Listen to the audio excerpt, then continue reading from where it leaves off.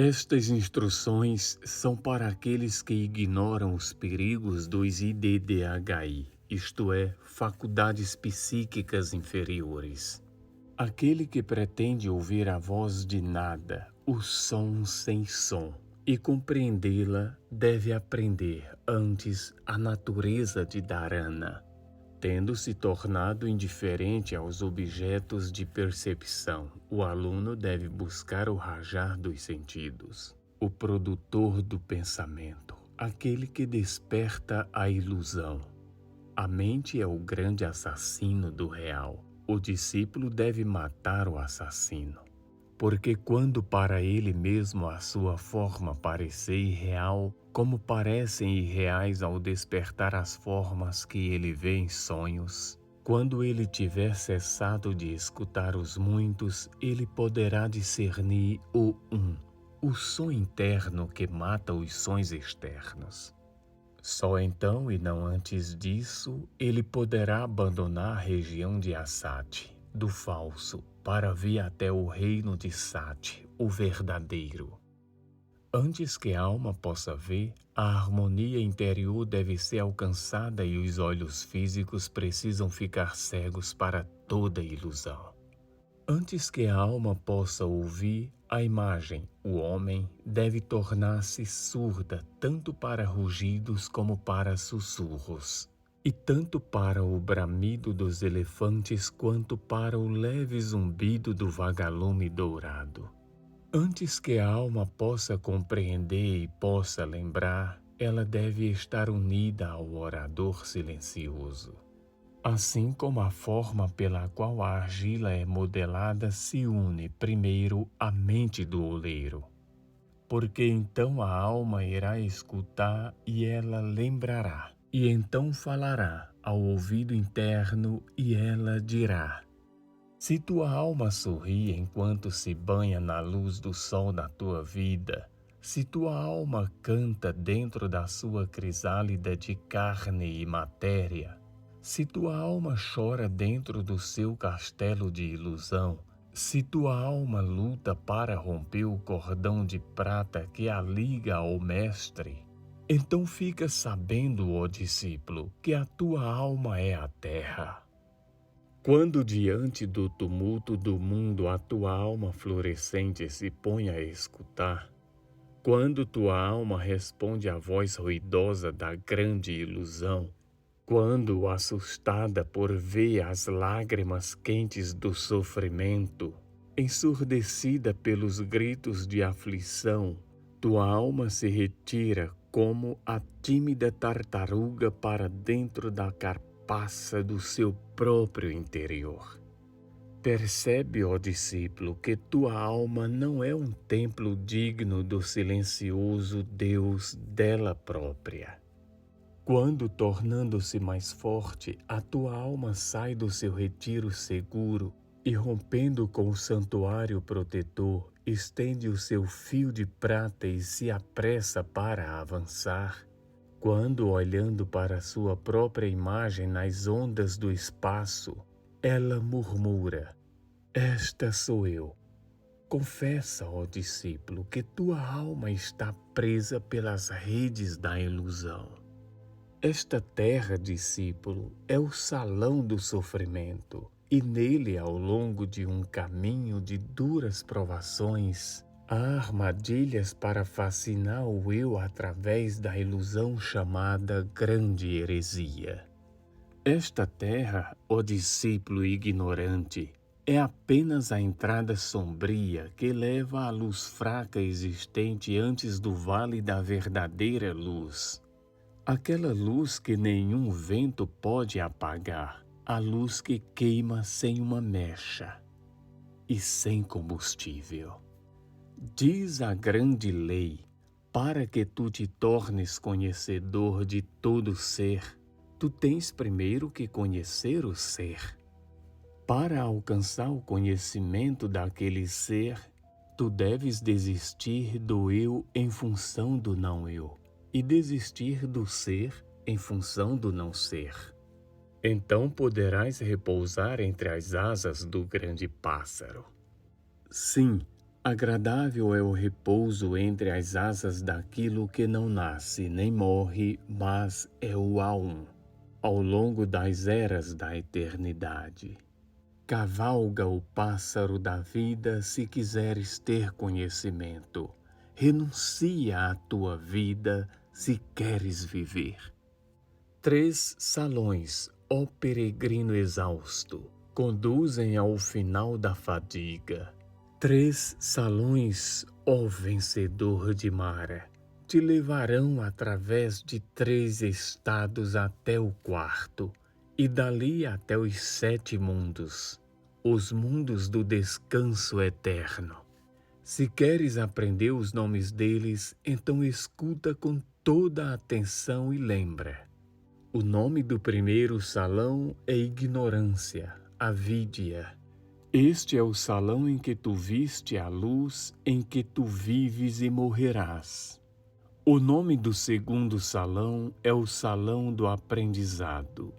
Nele a tua alma encontrará as flores da vida, mas em cada flor haverá uma serpente enroscada. O nome do terceiro salão é sabedoria, além do qual se estendem as águas sem praia de Akshara, a indesfrutável fonte da onisciência. Se queres atravessar o primeiro salão em segurança, não deixes que a tua mente confunda o fogo da luxúria que arde ali com a luz do sol da vida. Se queres atravessar o segundo salão em segurança, não pares para experimentar a fragrância fascinante das suas flores. Se queres libertar-te das correntes kármicas, não procures o guru nestas regiões maiávicas. Os sábios não se demoram nas regiões prazenteiras dos sentidos. Os sábios não dão atenção às vozes encantadoras da ilusão. Busca por aquele que te fará nascer no salão da sabedoria, o salão que está mais além. Nele, todas as sombras são desconhecidas, e a luz da verdade brilha como uma glória que jamais perde sua força. Aquilo que nunca foi criado está presente em ti, discípulo, assim como está presente naquele salão. Se queres alcançá-lo e unir os dois, deves deixar de lado as tuas escuras vestimentas de ilusão. Endurece a voz da carne. Não deixes que imagem alguma dos sentidos se ponha entre a sua luz e a tua, de modo que assim os dois possam tornar-se um. E tendo compreendido a tua própria ageniana, foge do salão do aprendizado. Este salão é perigoso em sua beleza pérfida. Ele só é necessário para a tua provação. Cuida-la nu, para não ser fascinado e capturado por esta luz enganosa. Esta luz brilha desde a joia do grande enganador, Mara. Ela domina os sentidos, cega a mente e deixa o imprudente abandonado e destruído. A mariposa atraída para a luz deslumbrante do teu lampião noturno está condenada a perecer no óleo viscoso. A alma imprudente que deixa de lutar contra o demônio da imitação e da ilusão retornará à terra como escrava de Mara. Observa as hastes de almas. Olha como elas pairam sobre o mar tempestuoso da vida humana e como exaustas, sangrando, com as asas quebradas, caem uma depois da outra nas ondas crescentes, levadas por ventos terríveis, perseguidas pelo temporal. Elas vão à deriva até os remoinhos e desaparecem dentro do primeiro grande vórtice. Se queres alcançar o vale da bem-aventurança através do salão da sabedoria, discípulo, fecha com força os teus sentidos contra a terrível heresia da separatividade que te afasta do resto. Não deixes que o teu nascido no céu, submerso no mar de Maia, rompa com a fonte universal, alma, mas faz com que o poder flamejante se retire até a câmara mais interna, a câmara do coração e moradia da Mãe do Mundo. Então, desde o coração, aquele poder surgirá no cesto, a região do meio, o lugar entre os teus olhos, e se transformará no alento da alma una, a voz que tudo permeia, a voz do teu mestre. Só então tu podes tornar-se um caminhante do céu, que pisa os ventos sobre as ondas e cujo passo não toca as águas. Antes de colocares o teu pé sobre o degrau superior da escada, na escala dos sonhos místicos, deves escutar de 7 maneiras a voz do teu Deus interior. O primeiro som é como a voz doce do rouxinol cantando uma canção de despedida para sua companheira. O segundo vem como o som de um símbolo pranteado dos Dianis, acordando as estrelas cintilantes. O próximo é como o lamento melodioso de um espírito do oceano, preso em sua concha. E este é seguido pelo conto da vina. O quinto alcança o teu ouvido como o som agudo da flauta de bambu. Ele muda em seguida para o toque de uma corneta. O último vibra como o rolar distante e pesado de um trovão pela nuvem. O sétimo engole todos os outros sons. Eles morrem e então já não são ouvidos. Quando os 6 são destruídos e colocados aos pés do Mestre, então o discípulo se une ao Um, torna-se aquele Um e nele vive. Antes de ingressar neste caminho, tu deves destruir o teu corpo lunar, limpar o teu corpo mental e tornar puro o teu coração. As águas puras da vida eterna, cristalinamente claras, não podem misturar-se às águas lamacentas da tempestade tropical. A gota de orvalho do céu que brilha no meio da flor de lótus com o primeiro raio de sol da manhã, quando cai na terra se torna um pedaço de barro. Olhe, a pérola agora é uma partícula de lama. Luta contra teus pensamentos impuros antes que eles te dominem. Usa-os como eles te usarão, porque se o poupares e deixares que criem raízes e cresçam, deves saber que estes pensamentos te dominarão e te matarão. Tem cuidado, discípulo, não deixes sequer que a sombra de tais pensamentos se aproxime, porque a sombra crescerá. Aumentará em tamanho e poder, e então esta coisa de escuridão observará o teu ser antes que tu tenhas percebido bem a presença do monstro preto e repugnante. Antes que o poder místico possa fazer de ti um Deus Lanu, tu deves ter desenvolvido a capacidade de destruir a vontade da tua forma lunar. O eu material e o eu espiritual nunca podem encontrar-se. Um dos gêmeos deve desaparecer. Não há lugar para ambos.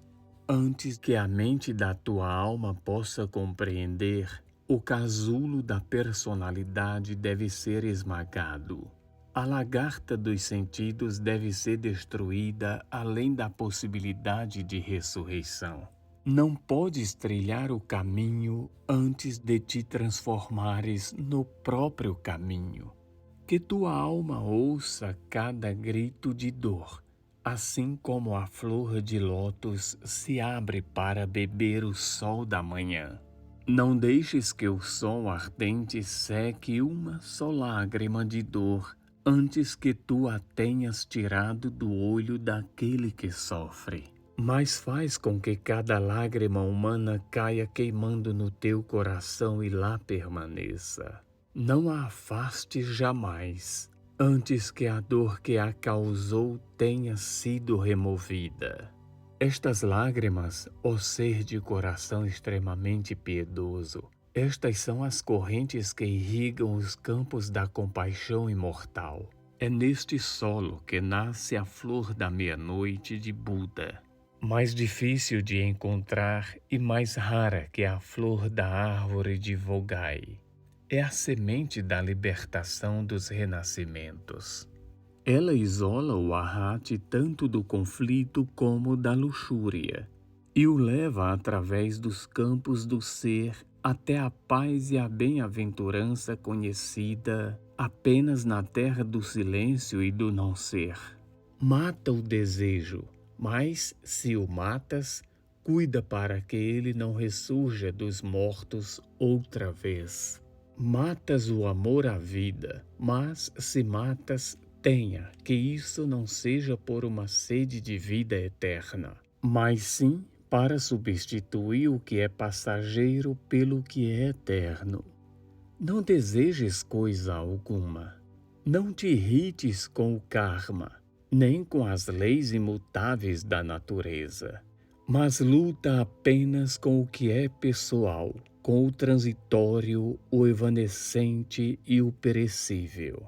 Ajuda a natureza a trabalhar com ela, e a natureza te verá como um dos seus criadores e te obedecerá. E ela abrirá diante de ti os portais das suas câmaras secretas, e revelará diante do teu olhar os tesouros ocultos nas profundezas do seu puro seio virgem. Jamais manchada pela mão da matéria, ela mostra os seus tesouros apenas para o olho do espírito, o olho que jamais se fecha, a visão diante da qual não há um só véu em todos os reinos da natureza. Então ela te mostrará os meios e o caminho, o primeiro portão e o segundo, o terceiro, até o próprio sétimo portão, e então a meta, depois da qual estão, sob o sol do espírito, glórias indizíveis que só o olho da alma pode ver. Há uma única estrada para o caminho. Só no seu final a voz do silêncio pode ser ouvida. A escada pela qual o candidato sobe é formada por degraus de sofrimento e de dor, e estes só podem ser silenciados pela voz da virtude. Ai de ti, portanto, discípulo, se houver um só vício que ainda não abandonaste, porque então a escada cederá e te derrubará. O pé desta escada se apoia na lama profunda dos teus pecados e falhas, e antes que tu possas tentar atravessar este amplo abismo de matéria, tens que lavar os teus pés nas águas da renúncia. Cuida para não pôr um pé ainda sujo no primeiro degrau da escada. Ai daquele que ousa sujar um degrau com pés enlameados. O barro mau e pegajoso seca, se torna resistente e então gruda os seus pés naquele ponto. E assim como um pássaro preso pela isca do caçador astuto, ele fica impossibilitado de obter mais progresso. Os seus vícios tomam forma e o arrastam para baixo. Seus pecados erguem suas vozes como a risada e o soluço do chacal depois que o sol se pôs. Os seus pensamentos se tornam um exército e o levam para longe como um escravo e um prisioneiro. Mata teus desejos, Lanu, torna teus vícios impotentes antes que seja dado o primeiro passo da viagem solene. Estrangula os teus pecados e torna-os mudos para sempre, antes de erguer um pé para subir pela escada. Silencia os teus pensamentos e fixa toda a tua atenção em teu mestre, ainda que não vês, mas sentes. Funde os teus sentidos em um só sentido. se queres estar seguro contra o inimigo. É por este sentido apenas que está escondido dentro do vazio do teu cérebro, que o caminho íngreme até o teu mestre pode ser revelado diante dos teus olhos turvos. O caminho diante de ti é longo e cansativo, ó discípulo. Um só pensamento sobre o passado que tu deixaste para trás te arrastará para baixo e então terás que começar novamente a subir. Mata em ti mesmo toda memória de experiência passadas. Não olhes para trás ou estarás perdido. Não acredites que se possa jamais eliminar a luxúria gratificando-a ou saciando-a, porque esta ideia é uma abominação inspirada por Mara. É ao alimentar o vício que o vício se expande e se torna forte, como o verme que engorda às custas do coração de uma flor. A rosa deve transformar-se novamente em botão, nascido do seu caule progenitor, antes que o parasita comesse seu coração e bebesse o seu fluido vital. A árvore dourada produz botões de joias antes que o seu tronco fique ressequido devido à tempestade. O aluno deve recuperar o estado infantil que ele perdeu antes que o primeiro som possa chegar ao seu ouvido. A luz vinda do Mestre único, a única luz dourada imperecível do Espírito, lança seus raios brilhantes sobre o discípulo desde o início. Os seus raios atravessam as nuvens densas e escuras de matéria. Aqui e ali, agora e mais adiante. Estes raios iluminam a matéria, assim como os clarões da luz do sol iluminam a terra através da densa folhagem da floresta em crescimento. Mas, ó discípulo, a menos que o corpo físico esteja imóvel, a mente calma, a alma tão firme e tão pura como um diamante que brilha, a energia radiante não chegará à câmara. A sua luz solar não aquecerá o coração, nem os sons místicos das alturas do Akasha alcançarão os ouvidos, por mais que eles estejam atentos no estágio inicial. A menos que tu escutes, não poderás ver. A menos que tu vejas, não poderás escutar. Ouvir e ver é o segundo estágio.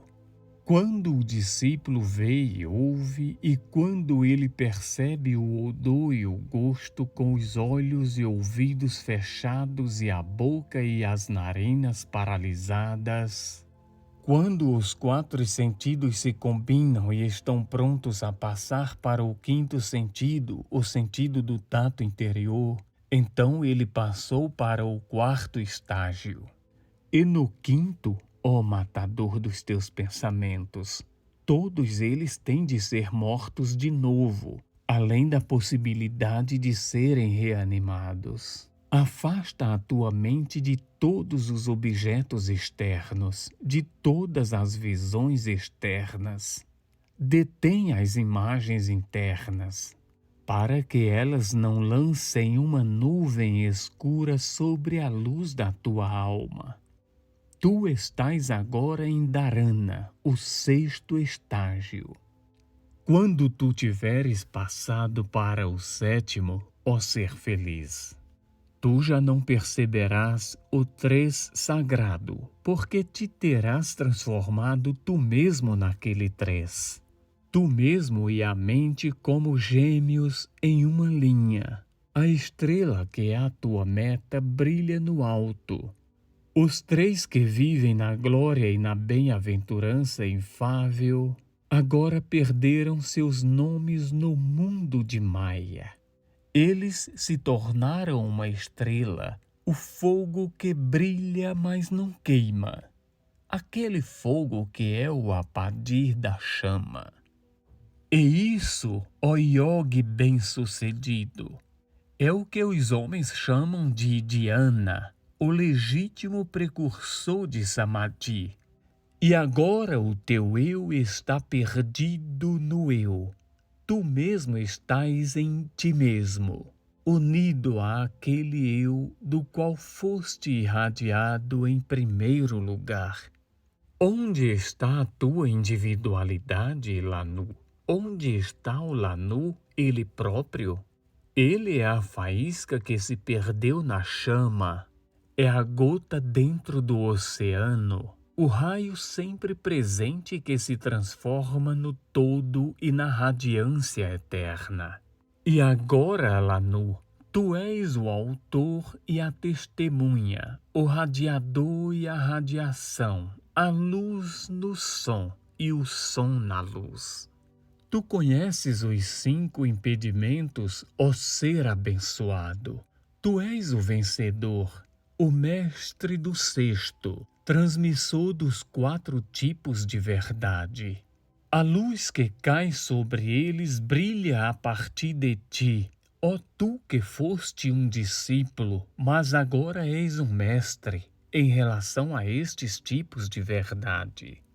Tu não passaste pelo conhecimento de toda a aflição a primeira verdade? Não venceste o rei dos maras no Tissi, o portal de reunião, a segunda verdade? Não destruíste o pecado no terceiro portão, atingindo a terceira verdade? Não entraste no Taú, o caminho que leva ao conhecimento, a quarta verdade? Que descanses agora sob a árvore de Badi, a perfeição de todo conhecimento, porque tu deves saber que és o mestre do Samadhi, o estado em que há uma visão impecável. Observa, tu te tornaste a luz, tu te tornaste o som, tu és o teu mestre e o teu Deus. Tu és tu mesmo o objeto da tua busca, a voz inquebrantável que ressoa através das eternidades. Isenta de mudança, isenta de pecado, os 7 sons em um. Om Tat Sat, isto é, aquilo que é a verdade, aquilo que eu vejo com os meus olhos e aquilo que está além da minha visão, são ambos o mesmo. Não existe diferença. O Criador e a criação não são 2 partes distintas. O Criador não criou a criação, mas se manifestou ou se transformou em criação.